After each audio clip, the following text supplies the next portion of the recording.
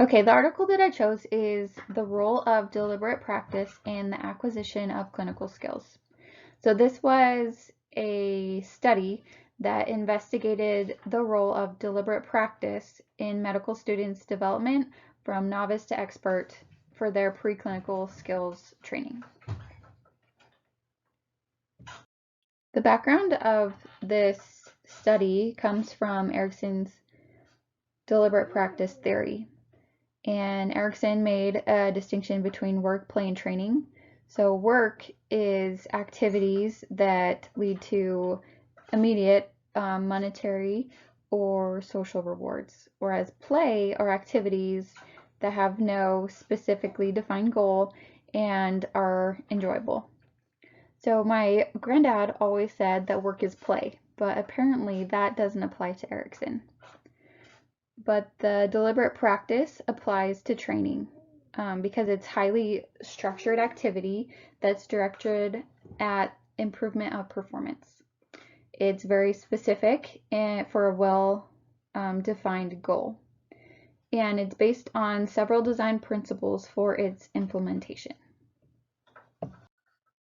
Those principles are repetitive performance of intended cognitive or psychomotor skills, a rigorous skills assessment, specific informative feedback, and better skills performance.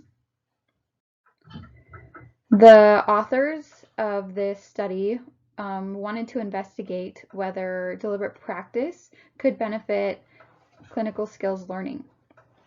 They had hypothesized that skills training activities that were founded in deliberate practice could be effective in the undergraduate clinical skills training. They also hypothesized that the more senior students were, they were able to exhibit more aspects of deliberate practice due to their ability of effective learning habits that they had acquired by that point. So they came up with 3 questions that they were going to answer, and they are: which aspects of deliberate practice can be identified in the behavior of medical students when practicing clinical skills? What development can be seen in the use of deliberate practice across different years of study? And to what extent does deliberate practice have predicative values for results on OSCEs? And which aspects contribute most? So for the setting of this, it's important to note that the study was done in the Netherlands. And fun fact, when I was actually reading this, practicing was a word that came up and it was spelled with an S instead of a C, so I knew it couldn't have been in the United States. So it's important to understand that their medical program is 6 years medical, which is what they term as like undergraduate and undergraduate basically all in one. So the first 3 years are more problem-based lecture skills and labs, kind of how we experienced RPA school. And then 4 through 6 are clinical placements with specific skill training, not for learning new skills, but for revision and remediation. And during this time for the first 3 years, how they learned their skills training was the 4-step process: discussion of pre-reading, teacher demonstration, then the students would practice, and then they'd all come together and the teacher would summarize and ask questions, and it would be open for any questions to be answered. And then at the end of years 1, 2, 3, and 5, they would have an OSCE to demonstrate these skills. So this study was a quantitative cross-sectional retrospective study that used a questionnaire. It had a 34-item response questionnaire with a 5-point Likert scale. And it was given to all students years 1 to 3 to complete. And to analyze the results, they used the OSCE test results that were given at the end of those years with the questionnaire that was linked. And this was done only during 1 year. So the study had a 90% overall response rate, and it was pretty equal distribution between all the years, 1 through 3.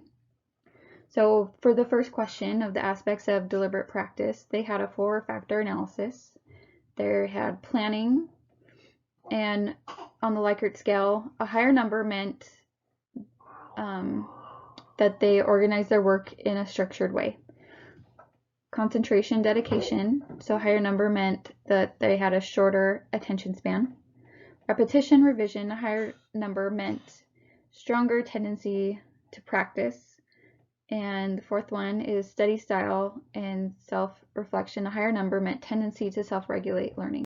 In comparison between students in different years, they saw that there was a positive increase in planning, behavior, and organization over the years. In the relationship between aspects of deliberate practice and test results, between concentration and dedication, the scores decreased, which meant that they were reporting an increase of attention span. And their scores on repetition and revision were also higher.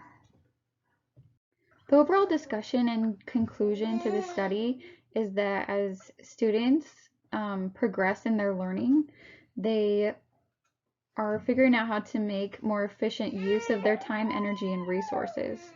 But this isn't just about time, it's also about how time is spent and being intentional with that practice instead of just repetitive. The authors also stated that with this overall positive effects shown, that there needs to be more studies just to clarify the usefulness of deliberate practice on skills training. Hopefully this helped understand the importance of deliberate practice, and thank you for listening.